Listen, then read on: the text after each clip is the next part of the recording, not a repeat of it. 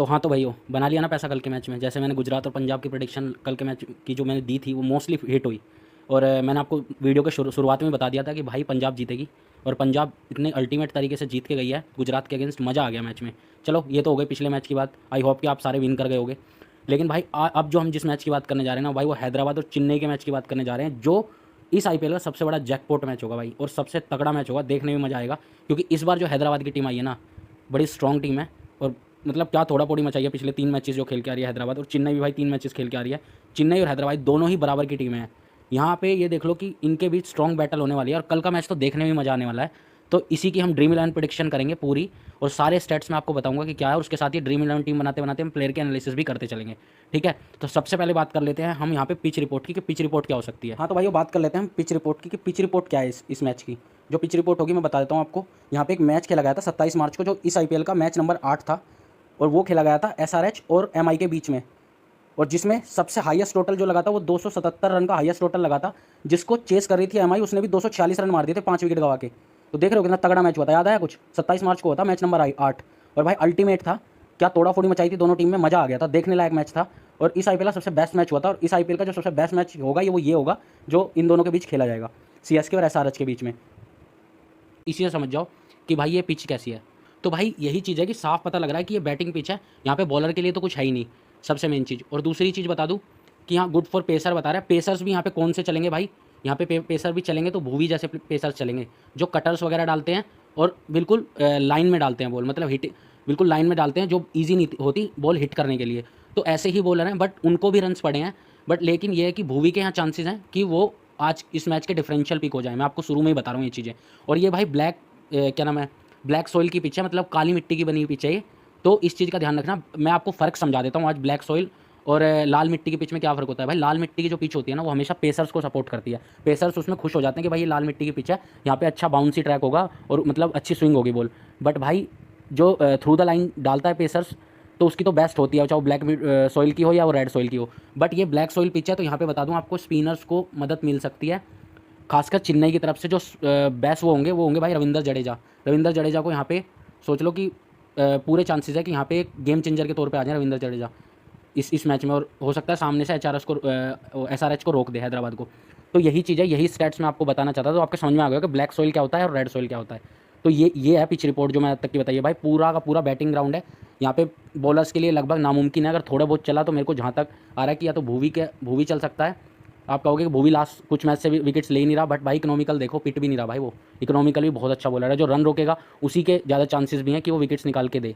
कई बार ऐसा होता है कि रन रोक जाता है बंदा, लेकिन अगले ओवर में किसी और बंदे को विकेट मिल जाता है, तो उसका बेनिफिट वो उठा जाता है। क्योंकि जो बैटर्स होते हैं वो फ्रस्ट्रेट होकर शॉट मार देते हैं उल्टा सीधा और आउट हो जाते हैं। तो भाई भुवी जैसे बॉलर यहाँ पे चलने वाले हैं। और रविंद्र जडेजा के भी चांसेस है, क्योंकि ब्लैक सॉइल की पिच पे हमेशा स्पिन को काफ़ी मदद मिलती है। क्योंकि जैसे ही मैच होता चला जाएगा ना, यहाँ पे क्रैक्स पड़ते चले जाएंगे। क्रैक्स पड़ेंगे तो भाई ऑब्वियसली फिर बॉल जो स्पिन होगी वो सबसे ज़्यादा स्पिन होगी क्रैक्स पे पड़ के। तो ये बेनिफिट है। ये कुछ पिच के रिपोर्ट्स हैं मैंने जो आपको समझाए हैं डिटेल्ड में, कि ताकि आपको चीज़ें समझ में आ जाएं। बाकी मैंने आपको बता दिया बैटिंग पिच है, पेस के लिए ठीक है। पेस को भी कब मिलेंगे आपको भी पता है कि पेस को मिलने लास्ट में भी आपने देखा था कुछ खास तो इतना हुआ नहीं था। अगर मैं बात करूँ इतने ज़्यादा विकेट्स भी नहीं गिरे थे दोनों की तरफ से, तो खास कोई विकेट लिए थे। सारा जो चला था इस ग्राउंड पर सारी बैटिंग चली थी। और इस बार भी चांसेस अब तक जो पिच रिपोर्ट है वो ऐसी की ऐसी है। और जो फाइनल पिच रिपोर्ट होगी उसी के हिसाब से हम टीम बनाएंगे। बट अभी फिलहाल हम इसके लास्ट मैच के अकॉर्डिंग लेके चल रहे हैं। जो इसमें लास्ट मैच इस पिच पे हुआ है उसकी बात कर रहे हैं। अगर नॉर्मल रिकॉर्ड बता दूं तो वैसे इस पिच का तो भाई आपको नॉर्मली बताता हूँ 72 मैचेस आईपीएल के अब तक हुए हैं इस पिच पे। और भाई जिसमें से पहले बैटिंग करने वाली टीम ने 32 जीते हैं और सेकंड टीम वाली करने वाली ने 40 मैचेस जीते हैं। और ये आपने एमआई और हैदराबाद के मैच में लास्ट में भी देख लिया होगा भाई।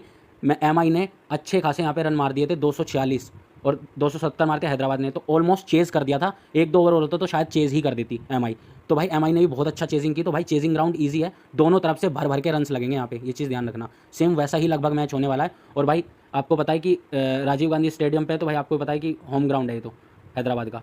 तो भाई ये चीज़ें आपको ध्यान रख के चलनी है, इसलिए मैंने आपको स्पेशल समझाया है कि यहाँ पे हैदराबाद स्ट्रॉन्ग है। बट यहाँ पे भाई ट्विस्ट ही आता है कि भाई सामने है धोनी भाई, अपने चलने नहीं देंगे भाई हैदराबाद को इस बार। और वैसे भी इसलिए सबसे बड़ा मैच होने वाला है आईपीएल का, क्योंकि दोनों टीमों में बराबर की तोड़फोड़ वाले बंदे हैं। एमआई के साथ भी मस्त मैच हुआ था, आपने देखा था। और इस बार भी भाई बहुत बड़ा मैच होने वाला है। और ये मैच जैकपॉट मैच भी हो सकता है। लेकिन उसी तरीके से आप ग्रैंड लीग में खासकर कॉम्बिनेशंस बनाना, जैसे जैसे हम आगे जिक्र करके चलेंगे तो वैसे ही काम करेंगे। तो मैंने सारे स्टैट्स आपको पिच के समझा दिए हैं। धोनी इतना ईजिली हैदराबाद को रन बनाने देगा नहीं, क्योंकि भाई वो विकेट के पीछे खड़ा होकर वो पूरे सारे प्लेयर का माइंड पढ़ लेता है। उस बंदे के अंदर अलग ही पावर है। तो मैच है ना, ये बैटल जो होने वाली है बहुत तगड़ी होने वाली है और देखने लायक मैच होगा ये वाला। तो ठीक है दोस्तों, ये मैंने पिच रिपोर्ट बता दी। अब चलते हैं हम एक ड्रीम 11 टीम बनाते हैं और उसी के साथ साथ हम सारे प्लेयर के स्टैट्स भी बनाते चलेंगे, बात करते चलेंगे कौन से प्लेयर का क्या रिकॉर्ड है और वो सारी चीज़ें क्या नाम है हम करते चलेंगे। और जो इस पे यहाँ पे इंपॉर्टेंट और मस्ट पिक होंगे इस ग्राउंड पे वो भी मैं आपको बता दूंगा।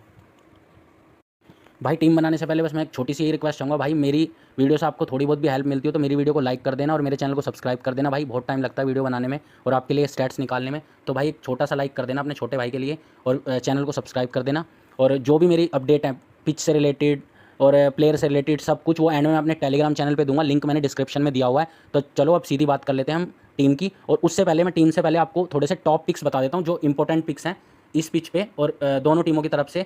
तो मेरे कुछ इंपॉर्टेंट पिक्स हैं वो पहले आप देख लेना। सबसे पहले बात करूँगा तुषार देशपांडे, बहुत अच्छी बॉलिंग कर रहे हैं, इकोनॉमिकल भी बहुत अच्छे जा रहे हैं। तो तुषार देशपांडे सीएसके की तरफ से एक टॉप पिक होंगे। मुस्तफिजुर रहमान इस बार खेलेंगे नहीं, क्योंकि उनकी जो न्यूज़ है मैं आपको बता दूं वो यूएस गए हुए हैं अपने T20 वर्ल्ड कप के वीज़े के लिए, तो वो अवेलेबल नहीं है। अब उनकी जगह किस ओवरसीज़ प्लेयर को ये लेके आएंगे वो डिसाइड होगा तभी जब पता चलेगा। लेकिन फिलहाल के लिए मुस्तफिजुर रहमान भाई अवेलेबल नहीं है, तो ये एक न्यूज़ है, इस चीज़ का ध्यान रखना। उनको किसी भी ग्रैंड लीग टीम में पहले से ये मत रख लेना, वो नहीं खेलेंगे, शायद आगे एक दो मैच शायद ना खेलें, ठीक है।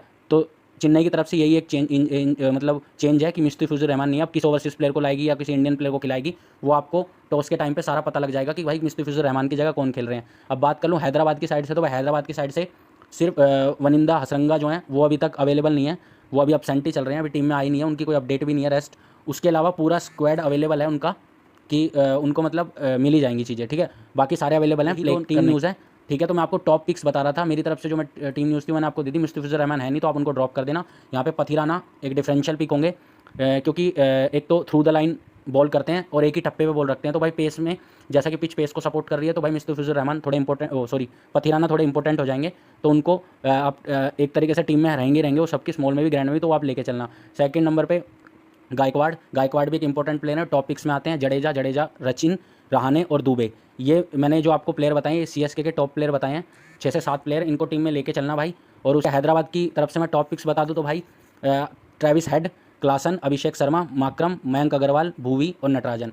भाई मयंक अग्रवाल का मैं थोड़ा सा आपको समझा दूं, एक ही बड़ी नॉक आई थी सेकंड मैच में जो इसी पिच पे हुआ था जिसमें 42 रन्स मारे थे, तो ध्यान रखना। और ऊपर से ओपन भी कर रहे हैं, ठीक है, हैदराबाद की साइड से। तो भाई मयंक अग्रवाल थोड़े इंपॉर्टेंट हो जाएंगे, तो इस चीज़ का ध्यान रखना। 42 मार के गए हैं इस पर। और अगर बात कर लूँ मैं क्लासन की, भाई 63, 80 इसी स्कोर पे, इसी पिच पे, और 24 रन इसी पिच पे। अब बात कर लेता हूँ भाई हेड की। हेड ने 62 रन मारे थे इसी ग्राउंड पे, 19 रन उसके बाद मारे थे। मयंक अग्रवाल, माकरन ने भी यहाँ पे 42 रन मारे थे इसी मैच में। तो भाई ये सारे स्टैट्स हैं जो मैंने आपको बताए। और एक सबसे मेन चीज़ मैं भुवी को क्यों बोल रहा था कि आप बार मैं भुवी का जिक्र कर रहा था कि भुवी यहाँ पे डिफरेंशियल पिक हो सकते हैं। मैं बता दूं भाई भुवी इस पिच पे और इस ग्राउंड से ज़्यादा विकेट इन्होंने ही ले रखे हैं भाई। 42 विकेट्स हैं भुवनेश्वर कुमार के पास इस पिच पे, और इसलिए मोस्ट इंपॉर्टेंट पिक है। और भाई लास्ट मैच में नटराजन मिसिंग थे, मे बी अगर नटराजन आ जाएंगे तो हैदराबाद और ज़्यादा स्ट्रॉन्ग हो जाएगी। तो ये सारे पिक्स हैं जो मैंने हैदराबाद के बताए आपको। अब बात कर लेते हैं हम भाई ड्रीम 11 टीम की, और ड्रीम 11 टीम बना के चलते हैं और सारे प्लेयर का एनालिसिस करके चलेंगे कि क्या हो सकता है, ठीक है। चलो तो सबसे पहले बात कर लेते हैं विकेट कीपर सेक्शन से। तो भाई हमारे पास सबसे पहले विकेट कीपर सेक्शन में आपके हेनरी क्लासन, जो आपको पता ही है कि भाई इनकी क्लास का जो इस बार कर रहे हैं। और भाई ये लास्ट भी कुछ जो ऐसे लीग खेल के आए हैं उसमें भी भाई कमाल किया था। मैंने ऐसे लीग खेली थी पूरी और देखा भी था, इनकी बैटिंग भाई ज़बरदस्त की थी। तब उससे भी पहले की कुछ लीग्स में भाई ये बराबर हिटिंग करते जा रहे हैं और इस टाइम अपनी टॉप नॉच फॉर्म पे है बंदा क्लासन। तो इसको तो भाई कहीं छोड़ ही नहीं सकते, टीम से बाहर कर ही नहीं सकते। कैप्टन, मैंने तीनों मैच खेले हैं एसआरएच के इस आईपीएल में, और तीनों में एक में मेरे वीसी थे, एक में मेरे सी थे। तो भाई क्लासन ज़बरदस्त पिक है। और भाई अगर बढ़िया इनका टॉप ऑर्डर चल गया तो ये ऊपर आ जाएंगे, या तो फर्स्ट डाउन या सेकंड डाउन, चांसेस पूरे हैं। अगर कुछ ओवर जैसे रह जाते हैं, अगर 15 ओवर तक बढ़िया हिटिंग हो गई, एक दो प्लेयर ने 3-4 प्लेयर ने बढ़िया हिटिंग कर दी, तो भाई ये ऊपर भी आ जाएंगे। बट मोस्टली इनका 2 डाउन का तो रहता ही है कि 2 डाउन तो आएंगे ही आएंगे। तो ये चीज़ ध्यान रखना, हेनरी क्लासन बहुत इंपॉर्टेंट हो जाते हैं। और इनके मैंने आपको बता भी दी, इनका जो रिकॉर्ड्स रहा है भाई, इन्होंने जो मारे हैं भाई 63 रन पहले मैच में, सेकंड में 80, दूसरे में 24, थोड़ा नीचे आए थे बट उतना बॉल मिली नहीं थी तो इसलिए जल्दी हिटिंग में चले गए थे। बट यही एक लो स्कोर मारा है, बाकी देख लो भाई क्या हालत की है सामने वाली टीम की। तो भाई हेनरी क्लासन हमारी टीम में सीधे इन रहेंगे, इनके ऊपर ज़्यादा बात करनी बेकार है भाई, इस टाइम तो सभी की टीम में रहेंगे, तो ये तो है ही है सीधे। डेविन कॉनवे खेलेंगे नहीं। MS धोनी भाई बहुत नीचे आते हैं, नो डाउट इनको ये अगर टीम में भी रहते हैं तो मैं कहता हूँ इनके लक्ष्य हमारी टीम का भी जीतने का भी वो रहता है। बट यार ये ऐसा ना कि धोनी एक लॉजिकल, एक ये तो लॉजिकल चीज़ हुई जो मैंने नॉर्मल बोली, बट भाई लॉजिक ये है कि हमें चाहिए पॉइंट्स, और पॉइंट्स इनकी तरफ से कुछ खास मिलने हैं नहीं, तो MS धोनी को रखने का कोई मतलब ही नहीं है टीम के अंदर, खासकर स्मॉल लीग में। हाँ, ग्रैंड लीग में ट्राई कर सकते हो, जैसे कि इन्होंने लास्ट मैच में 30+ रन मार दिए थे, तो ऐसा एक नॉक दे गए तो शायद आपको ग्रैंड लीग में ट्राई हो जाएंगे, फ़ायदा हो जाएगा। बट भाई स्मॉल लीग के में तो स्ट्रॉन्ग सजेशन है कि स्मॉल लीग में MS धोनी को मत रखना, क्योंकि खास पॉइंट देंगे नहीं, और काफ़ी नीचे बैटिंग आती है, तो बस वही कैच से दो, अगर 1-2 कैच पकड़ लिया, स्टंपिंग कर दी तो वो अलग बात है, ठीक है। बाकी ए सिंह खेलेंगे नहीं, यू यादव भी नहीं खेलेंगे, ए राव नहीं खेलेंगे, ठीक है। तो हमारे पास विकेट कीपर सेक्शन में सिर्फ एक ही ऑप्शन बचता है, हेनरिक क्लासन, वो हमने अपनी टीम में ले लिए हैं। सेकंड पे बात करूँ तो भाई बैटिंग सेक्शन की, बैटिंग सेक्शन ऋतुराज गायकवाड़ अच्छा खेल रहे हैं, शिवम दुबे बेस्ट खेल रहे हैं, मयंक अग्रवाल अच्छा, मैंने अभी रिकॉर्ड भी आपको पहले बताया था, अच्छा मारा इन्होंने। ट्रेविस हेड अपनी टॉप नॉच फॉर्म में है, रचिन रविंद्रा बहुत अच्छी फॉर्म में है, रहाणे बहुत अच्छी फॉर्म में है, रेगुलर रन बना रहे हैं। अभिषेक शर्मा वो भी अलग चले हैं, त्रिपाठी को इन्होंने पहला मैच खिलाया था, उसके बाद नहीं खिलाया तो हटा दिया था। अब्दुल समाद भी भाई पिछले मैच में बहती गंगा में हाथ धो के चले गए थे भाई, इनको भी अच्छा खासा 30+ रन मार गए थे। रिजवी भाई चेन्नई में आते हैं बट बहुत नीचे आते हैं, तो मेरा एक स्ट्रॉन्ग सजेशन आपको रहेगा कि इन दोनों प्लेयर को आप ग्रैंड लीग में जरूर ट्राई करना, ग्रैंड लीग के लिए अच्छे पिक हो सकते हैं। अगर ऊपर से हैदराबाद का जो बैटिंग ऑर्डर है वो अगर कोलैप्स करता है तो भाई अब्दुल समाद थोड़े इंपॉर्टेंट हो जाएंगे, हार्ड हिटिंग कर जाएंगे, ठीक है। खासकर फर्स्ट इनिंग में अगर हैदराबाद पहले बैटिंग करती है तो भाई एक इंपॉर्टेंट पिक हो जाएंगे। अगर इनके 2-3 विकेट गिर गए हैदराबाद के तो भाई अब्दुल समाद का अलग ही रूप निकल के आएगा, अच्छी हिटिंग कर जाएंगे, फॉर्म में भी लग रहे हैं, जैसा इन्होंने लास्ट मैच में रन मारे थे। तो मैं ग्रैंड लीग के लिए स्ट्रॉन्गली सजेस्ट करना चाहूँगा अब्दुल समाद को। रिजवी भाई अच्छी हिटिंग कर रहे हैं, जब जब मौका मिल रहा है तो थोड़ा बहुत रन मार ही जा रहे हैं, बट बहुत ही नीचे आ रहे हैं चेन्नई की तरफ से। तो रिजवी को भी मैं किसी एक स्मॉल लीग में ट्राई कर लेना, वो सॉरी ग्रैंड लीग में ट्राई कर लेना, स्मॉल के लिए सजेशन नहीं है। और एस रशीद खेलेंगे नहीं भाई, कितने बैटर्स हैं भाई, यहाँ तो बैटर्स को देख के लग रहा है त्रिपाठी का खेलने का चांसेस कम है, अगर रखेंगे तो मे भी इंपैक्ट में आ जाए, बट चांसेस कम है। लेकिन यार जहाँ तक देखो, अभिषेक शर्मा पहले बैटर, रहाणे, रचिन रविंद्र, बॉलिंग भी मिल जा रही है इनको, तो बॉलिंग से भी आपको दे रहे हैं, ट्रेविस हेड, मयंक अग्रवाल, दुबे, गायकवाड़, भाई कितने आई मीन यहाँ पे अगर देखा जाए कितने बैटर्स को बंदा लेके चले। तो भाई फिलहाल तो टीम में देखो गायकवाड़ सीधा सीधा ओपन कर रहे हैं, खेल रहे हैं। शिवम दुबे अभी मैं छोड़ रहा हूँ टीम में, क्योंकि वैसे तो इनके अगर प्लेयर मतलब बैटिंग देखी जाए लास्ट तीनों मैचों में बढ़िया बैटिंग की है, जब जब मौका मिला है अपने आप को प्रूव किया इस बंदे ने कि हाँ मेरे अंदर पोटेंशियल है वो खेलने की। लास्ट IPL इतना खास नहीं था, बट इस IPL में तो भाई ये बंदा फोड़ रहा है अच्छे से, ठीक है। तो डिपेंड करेगा भाई, मेरा ज़्यादातर वो रहेगा, देखो यहाँ पे लेना तो है ही, हम बैटर्स के साथ ही मोस्टली जाना चाहेंगे इस पिच पे खासकर, क्योंकि इस पे रन लगने ही लगने हैं, ब्लैक सॉइल पिच है, थोड़ा बहुत मोमेंटम मिलेगा तो मे बी स्पिनर्स उठा जाएँ, या जो थ्रू द लाइन बॉलिंग करेंगे वो वाले पेसर्स उठा जाएँ। बाकी तो भाई सभी पिटने हैं मोस्टली, जिस हिसाब से इसका लॉस हुआ, और सेम वही पिच है, वही अब तक की इसकी पिच की रिपोर्ट है। बाकी क्या चेंजेस होंगे वो टॉस के टाइम पे आपको पता लग ही जाएगा, तो आप भाई टेलीग्राम जरूर ज्वाइन कर लेना मेरा।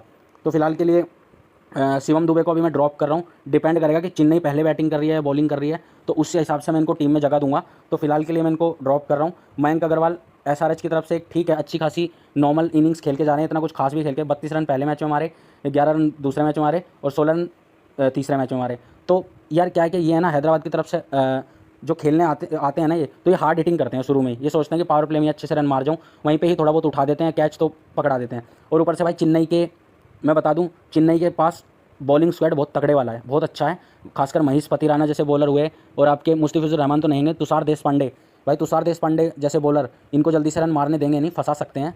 तो भाई मयंक अग्रवाल को भी मैं टीम में जगह नहीं दूंगा, मैं सिर्फ उन्हीं बैटर्स को दूंगा जो टेक्निकली हर सिचुएशन में खेलना जानते हैं, सिचुएशन बेस्ड टीम बनाएंगे, क्योंकि ये मैच बेशक से जैकपॉट मैच है, बड़ा मैच है इस IPL का सबसे, बट भाई हमें जीतना है, हमें विन करना है, तो हम उसी हिसाब से स्टैट्स लेके चलेंगे। ऐसा नहीं कि जिसने भी पिछले मैच में मार दिया वो यहाँ भी मार जाएगा, क्योंकि भाई यहाँ धोनी भाई है, कब घुमा देंगे प्लेयर को पता नहीं चलेगा। तो भाई मयंक अग्रवाल बहुत रिस्की प्लेयर है, इनकी जगह अगर मेरे को रखना ही पड़ा तो मैं शिवम दुबे को जगह दे दूंगा, बट मयंक अग्रवाल मेरी टीम में नहीं रहेंगे, मैं इनको छोड़ूंगा। देखूंगा बाद में क्या डिसाइड करती है SRH, बॉलिंग कर रही है, बैटिंग कर रही है, या पिच रिपोर्ट क्या है उसके अकॉर्डिंग ही बताऊंगा। तो फिलहाल मैं इनको छोड़ रहा हूँ। ट्रेविस हेड भाई ओपन करेंगे, इन फॉर्म है, दोनों मैचों में मार के गए हैं, एक में 62 रन मारे हैं, दूसरे मैच में 19 रन मारे हैं, तो भाई अच्छी लग रहा है। स्पिन को, हाँ ट्रेविस हेड को स्पिन खा सकती है, ये चीज़ ध्यान रखना, स्पिन नहीं खेली जाती इनसे इतने, लास्ट मैच में भी धरे गए थे ये, नूर अहमद इनको खा गए थे, तो इन चीज़ों का ध्यान रखना। ट्रेविस हेड स्पिन के अगेंस्ट में भी फंस जाते हैं, बट लेकिन पेसर्स को तो छोड़ेंगे नहीं, लेकिन स्पिन शुरू में भी चेन्नई अगर शुरुआत कर ले तो क्या पता जडेजा को लिया एकदम से, तो देखेंगे क्या बैटल रहेगी। फिलहाल तो ये टीम में है भाई, ऊपर से रचिन रविंद्रा सीधे सीधे ट्रेन में है, मेरे कैप्टन वाइस कैप्टन भी रह सकते हैं ये, वो डिपेंड करेगा सिचुएशन पे, टॉस क्या कहता है। अभिषेक शर्मा सीधे टीम में इन आएंगे हैदराबाद की तरफ से, और यहाँ पे भाई अजिंक्य रहाणे। अभी फिलहाल ये 5 बैटर्स लेके चल रहा हूँ, ये जो मैंने 5 बैटर्स दिखाए हैं ये सारे के सारे मैंने सिचुएशन बेस्ट बैटर्स उठाए हैं, कि भाई गायकवाड़ भी खेलेंगे, ट्रेविस हेड भी खेलेंगे, रचिन रविंद्रा भी अच्छा खेलेंगे, अभिषेक शर्मा फॉर्म में है, अगर थोड़े बहुत भी ना करते हुए मार गए तो भाई 50 पॉइंट आराम से, 50 से 60 पॉइंट अभिषेक शर्मा दे जाएंगे। रहाणे भाई 1 डाउन आ रहे हैं और ईजिली बहुत अच्छे से खेल रहे हैं, स्पिन को भी और उसको भी। बढ़िया टेक्निकल प्लेयर है, टेक्निकल बैटर है, तो अच्छे शॉट्स लगाता है। तो भाई ये टीम में रहेंगे ही रहेंगे। जो फिलहाल मैंने ये तीन बैटर्स हैदराबाद के हैं, 3 बैटर्स ही क्या नाम है मैंने लिए हैं चेन्नई की साइड से, जो टॉप उठाए हैं। बाकी बात कर लूँ, ग्लेन फिलिप्स खेलेंगे नहीं, इन सबका मैंने आपको बताया, त्रिपाठी खेलेंगे नहीं। तो भाई बैटिंग सेक्शन से हमारे पास जो है अभिषेक शर्मा, रहाणे और भाई ऊपर से रचिन रविंद्र, ट्रेविस हेड, गायकवाड़। अगर दुबे को मैं लाऊंगा तो दुबे को मैं मे भी किसकी जगह ट्राई करूँगा, मेरा जहाँ तक रहेगा, अगर दुबे को ट्राई किया तो मैं ट्रेविस हेड की जगह दुबे को ट्राई कर सकता हूँ। अगर क्या नाम है चेन्नई पहले बैटिंग करती है तो मेरा दुबे पिक रहेंगे कि भाई, क्योंकि चेन्नई सोचेगी लंबा स्कोर देने की, तो भाई दुबे उसमें एक अहम रोल निभा सकते हैं। बट भाई ग्रैंड लीग में तो जरूर इनको कैप्टन वाइस कैप्टन जरूर कर देना। ठीक है, तो मैंने ये 5 बैटर्स ले लिए हैं। बात कर लो ऑलराउंडर सेक्शन है, ऑलराउंडर सेक्शन में भाई भर भर के हैं। इनका मैंने आपको बता दिया अवेलेबल नहीं है और अभी तक इनकी कोई अपडेट भी नहीं है। मोइन अली खेल नहीं रहे अभी, जैसन को इन्होंने पहला मैच खिलाया था, उसके बाद बिठा दिया। एम सेंटनर को भी नहीं खिला रहे। वॉशिंगटन सुंदर पिछले मैच में आए थे बट कुछ खास करके नहीं गए, तो मैं भी इंपैक्ट प्लेयर में ही रहेंगे। ज़रूरत पड़ी तो एसआरएच इनको ले आएगा अगर स्पिन को सपोर्ट करी, खासकर सेकंड इनिंग में, तो मे भी इनको एज ए इम्पैक्ट प्लेयर लेके आ जाए। लेकिन अगर चेन्नई ने पहले बैटिंग करते हुए बड़ा स्कोर दे दिया तो फिर तो हैदराबाद सीधा किसी बैटर को ही उठा के लाएगा। तो ये चीज़ ध्यान रखना। खासकर जो अगर इम्पैक्ट में आए थे आपके, बता दूँ मैं, हाँ इम्पैक्ट में हैदराबाद में अभी इम्पैक्ट प्लेयर का तो क्लियर नहीं है कि बैटिंग सेक्शन में किसको रख के चलेगा। चलो वो तो देख लेंगे, टॉस टाइम पे पता लग जाएगा कि किसको हैदराबाद कौन कौन से प्लेयर को इम्पैक्ट में रख के चल रहा है। सेंटनर का भाई बता दूँ खेलेंगे नहीं, वॉशिंगटन सुंदर का बता दिया मैंने। भाई शहबाद अहमद भाई बढ़िया अच्छे हैं, इनको लास्ट मैच में भी 2 ओवर भी मिले थे और बैटिंग भी कर गए थे, करीब 20 से 30 रन के आसपास मार गए थे। तो भाई अच्छे ऑलराउंडर हैं। बट भाई मैं स्मॉल लीग के लिए सजेस्ट नहीं करूँगा, इनको ग्रैंड लीग में जरूर ट्राई करना। शहबाज अहमद को अगर स्पिन को सपोर्ट करा पिच ने थोड़ा बहुत, तो भाई एक अहम रोल निभा देंगे और एसआरएच इनसे पूरे 3 से 4 ओवर आराम से करा लेगा। तो ये चीज़ ध्यान रखना। अगर नहीं करा स्पिन को सपोर्ट तो भाई फिर मतलब ही नहीं है यार इनका टीम में रहने का। तो ग्रैंड लीग में ट्राई कर लेना। एक ग्रैंड लीग के लिए इंपॉर्टेंट पिक हो सकते हैं, बट स्मॉल लीग के लिए मेरा स्ट्रॉन्ग सजेशन नहीं है, मत रखना। ए मंडल खेलेंगे नहीं, एन संधू खेलेंगे नहीं, के नीतीश रेड्डी अगर रहेंगे तो पिछली बार भी इम्पैक्ट में थे तो इम्पैक्ट में रह सकते हैं। एस सिंह का बता दूँ ये खेलेंगे नहीं। ऊपर से मैंने सारे प्लेयर का बता दिया। अब इसमें से मैंने आपको जो छोड़े हैं, एडम माकरम, भाई एडम माकरम अच्छा खेल के जा रहे हैं, हर मैच में 2 डाउन भी आ रहे हैं, लेकिन एक चीज़ ध्यान रखना, सिर्फ बैटिंग ही कर रहे हैं। तो मेन है कि एडम माकरम को रख सकते हो आप ट्रेविस हेड की जगह, ये चीज़ ध्यान रखना। ट्रेविस हेड ठीक है, अगर स्पिन को ज़रूरत पड़ी तो वो भी बॉलिंग थोड़ी बहुत डाल लेते हैं, बट माकरम भी एक इंपॉर्टेंट पिक हो जाएंगे।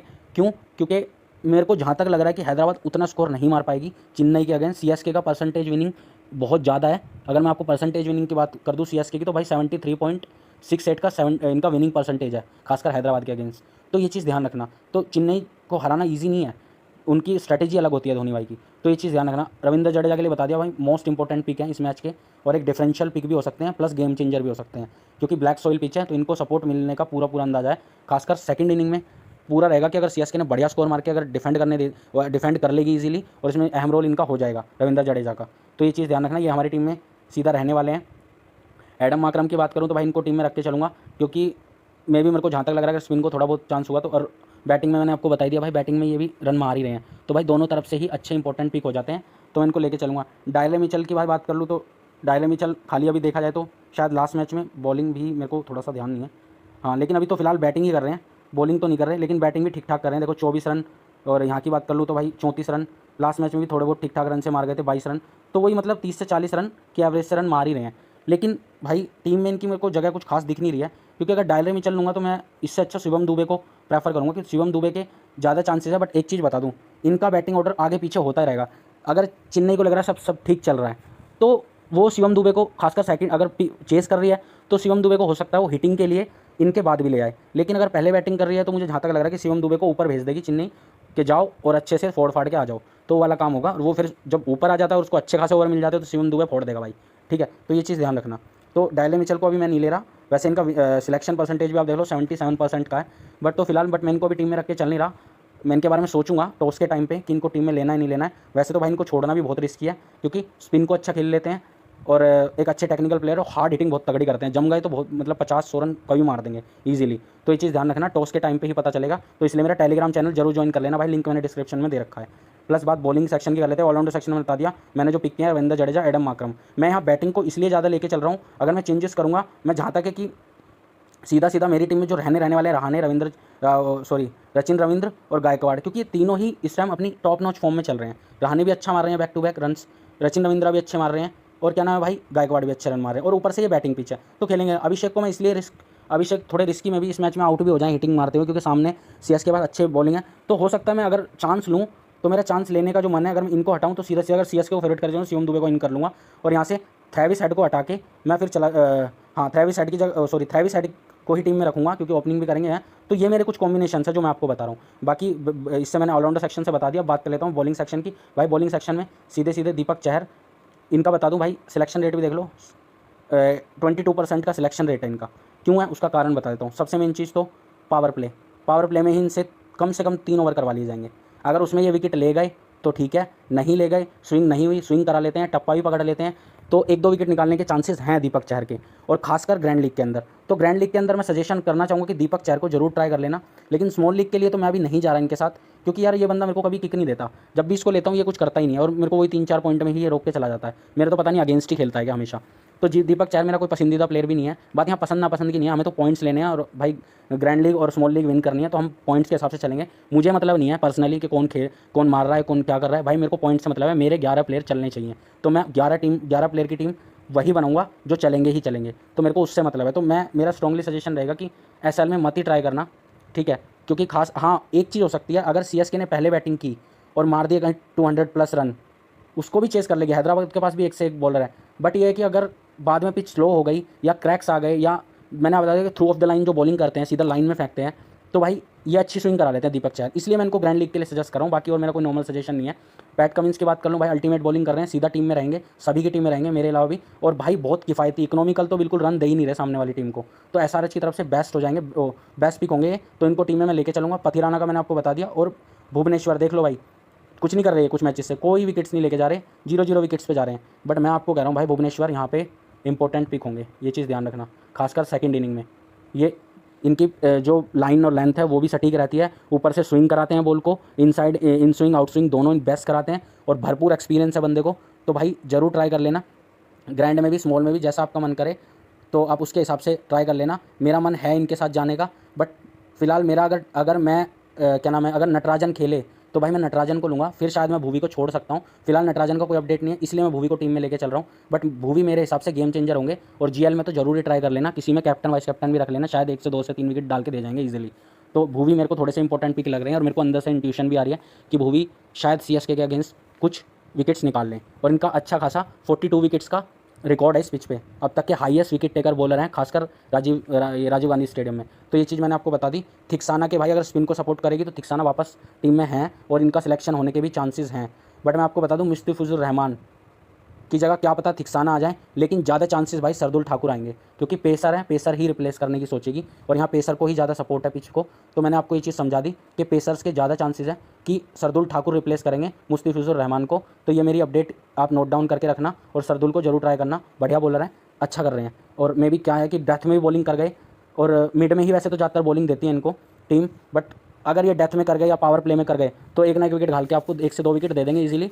तो इनका ये चीज़ ध्यान रखना, इनको माइंड में रख के चलना कि ये खेल सकते हैं कल मुस्तफिजुर रहमान की जगह। और स्पिन को थोड़ी बहुत सपोर्ट रही, खासकर सेकंड इनिंग में अगर सीएसके ने डिफेंड किया पहले स्कोर करके, तो मैं भी थिक्साना को भी ले आए, तो कुछ पता नहीं है, वो पता चलेगा। तुषार देशपांडे का मैंने बता दिया भाई आपको, इकोनॉमिकली बिल्कुल नहीं रन दे रहे, एक मैच में ही पिटे हैं, वरना बाकी मैचों में बढ़िया इन्होंने 1 से 2 विकेट निकाले हैं, और बढ़िया बॉलिंग करी है, सामने वाली टीम के विकेट्स चटकाए हैं। तो ये चीज़ ध्यान रखना। तुषार देशपांडे भी इंपॉर्टेंट पिक है। और अब बात करूँ मयंक मार्कंडे की भी, ये भी ठीक है, अपने नॉर्मल बॉलिंग कर रहे हैं, बट अभी जैसे स्पिन को सपोर्ट नहीं कर रही। बट इनको भाई ग्रैंड लीग में जरूर ट्राई कर लेना, तुषार देशपांडे, मयंक मार्कंडे। तुषार देशपांडे को तो मैं कहता हूँ अगर चेन्नई पहले बॉलिंग करती है तो तुषार देशपांडे को भी आप स्मॉल लीग में भी आराम से ट्राई कर सकते हो, कोई दिक्कत नहीं है। उमरान मलिक को इन्होंने एक बीच पहले से दूसरा मैच खिलाया था, बट इतना कुछ खास कर रहे हैं तो इन्होंने बिठा दिया, इंपैक्ट में लेके आते हैं हर बार, तो हो सकता है ये इस बार भी इंपैक्ट में रहें। और अगर ज़रूरत पड़ेगी एसआरएच को तो मैं भी उमरान मलिक को ले आएगी, अदरवाइज़ नहीं। उनादकट भी सही बॉलिंग कर रहे हैं, और अच्छा कटर्स वटर्स भी डाल रहे हैं, काफ़ी एक्सपीरियंस बॉलर भी हैं उनादकट। तो ये भी एक मोस्ट इंपॉर्टेंट पिक रहेंगे बॉलिंग सेक्शन के अकॉर्डिंग। तो ग्रैंड लीग में जरूर ट्राई कर लेना। स्मॉल लीग में कहीं डिफरेंट अगर आपको जाना है दूसरी टीम के अकॉर्डिंग, तो भाई इसके साथ चले जाना, तुषार देशपांडे के साथ, मैंने आपको बता दिया। और टी नटराजन आ गए हैदराबाद के, तो भाई टी नटराजन इस टाइम अपनी बढ़िया फॉर्म में है, विकेट्स निकाल के दे रहे हैं। एक जो मैच खेले तो उसमें भी 3 विकेट निकाल के ले गए थे, ठीक है। उसके बाद पता नहीं इंजरी हुई क्या हुई, ये टीम में नहीं खेले। तो ये चीज़ मैं आपको बता रहा हूँ, नटराजन पे खासकर ध्यान रखना। आए तो भाई स्मॉल लीग में जरूर लेना। ग्रैंड के तो मैंने आपको बता दिया, ग्रैंड में तो आपको तुषार देशपांडे, मयंक मार्कंडे, थिक्साना अगर खेलते हैं तो उमरान मलिक, अगर इंपैक्ट में आते हैं तो किसी एक ग्रैंड लीग में ट्राई कर लेना। जयदेव उनादकट का भी मैंने आपको बता दिया कैसे। एम चौधरी खेलेंगे नहीं, एफ फारूकी भी नहीं खेल रहे अभी, ये बाकी के जितने भी प्लेयर हैं सारे नीचे खेलेंगे नहीं, ठीक है।